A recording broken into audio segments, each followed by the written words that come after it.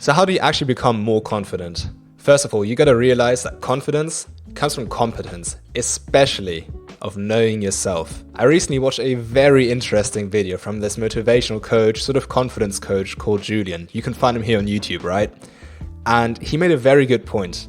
He's a very direct person, he's very hands-on. And he walked up to a person in the crowd and he started shouting at him, "I hate your blue hair. It looks stupid. You look ridiculous. What are you doing?" Now, at first glance, that seems like quite an outrageous statement, right? Except the person didn't even have blue hair. The point that he was trying to make is that if you know yourself, then other people's comments can't faze you. If somebody comes up to you and tells you how stupid your blue hair looks, what's your reaction going to be? What? Right? It doesn't faze you. You don't have blue hair. Who gives a shit? So, this is why you got to know yourself. You got to know your competences. What kind of things are you good at? What kind of skills do you have? What have you always been good at? What kind of things are you better at than other people? Know your competences. Because then if somebody tells you that you're bad at a certain thing, you know for a fact that you're not. I remember someone telling me that I'm such a closed-minded person. No. I'm about the most open-minded person I know. So that didn't faze me, right? Also, you want to know your values. Know what kind of things you stand for. Know what you're against. What kind of values do you have? Are you a good person? Are you a moral person? Are you not a moral person? Are you okay with it? What do you want to change? Know your values so that people can't make any false accusations. And then next up, know your limitations, right? You want to know when to stop. You don't want to get into any stupid fights at a club because you just feel like you poked a bear in the back, right? So, know your limitations, know your competences, and your values. A very good way of going about this is a so-called SWOT analysis. This is usually used in business, but you can use it for yourself, and it is super effective. SWOT stands for strengths, weaknesses, opportunities, and threats. And these are exactly the 4 categories that you're gonna, journal about, right? Write down all of your strengths, and really write down everything that you know about yourself. All your strengths, all of your weaknesses, all the opportunities, meaning things that you have in your life that you can leverage to then live a better life or become better at certain things, and all your threats. Because now you know what you're really good at, what you're really bad at, the kind of things that you should avoid, and the kind of things that you should do to become a better person. You really get to know yourself, which in turn is really going to help you not to care about what other people say, because you know that it's just simply not true.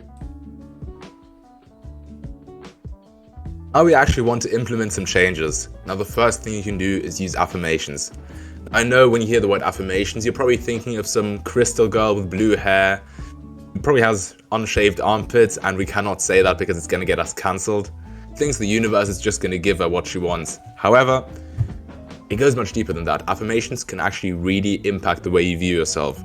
See, your entire life, if you're not very confident, you've probably had negative thoughts that changed the belief about yourself and made you act less confident. And now we can do the exact opposite by simply using affirmations that tell you the exact opposite of what you used to tell yourself. So if you used to tell yourself, "Oh, I'm a loser, nobody likes me," now you're going to say, "I'm a winner and everybody likes me." Now I know it doesn't make any sense to say something ridiculous like "I'm a 6'7" billionaire.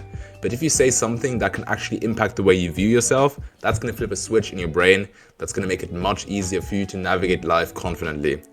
Now when you write affirmations, you want to make sure you do it properly. There's a lot of bro science on it, but there's actually certain things that properly work.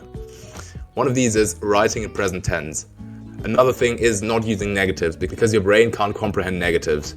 If you say, "I am not a loser," well, it's just going to think that you're a loser because it cannot comprehend the negative. The word loser is still in your mind, ingrained.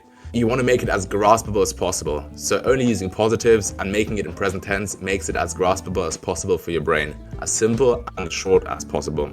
And that properly works. Now you probably know the crazy masochist Navy SEAL, David Goggins.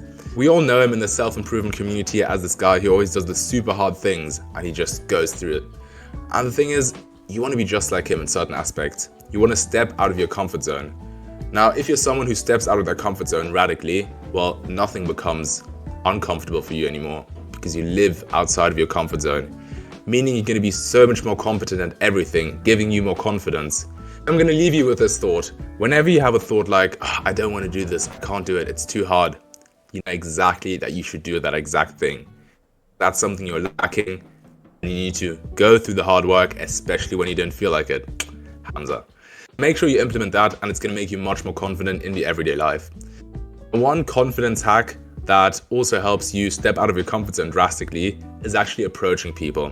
Now, especially for people who aren't very confident, this is a very, very dramatic, very daunting idea, but that's exactly why you should do it.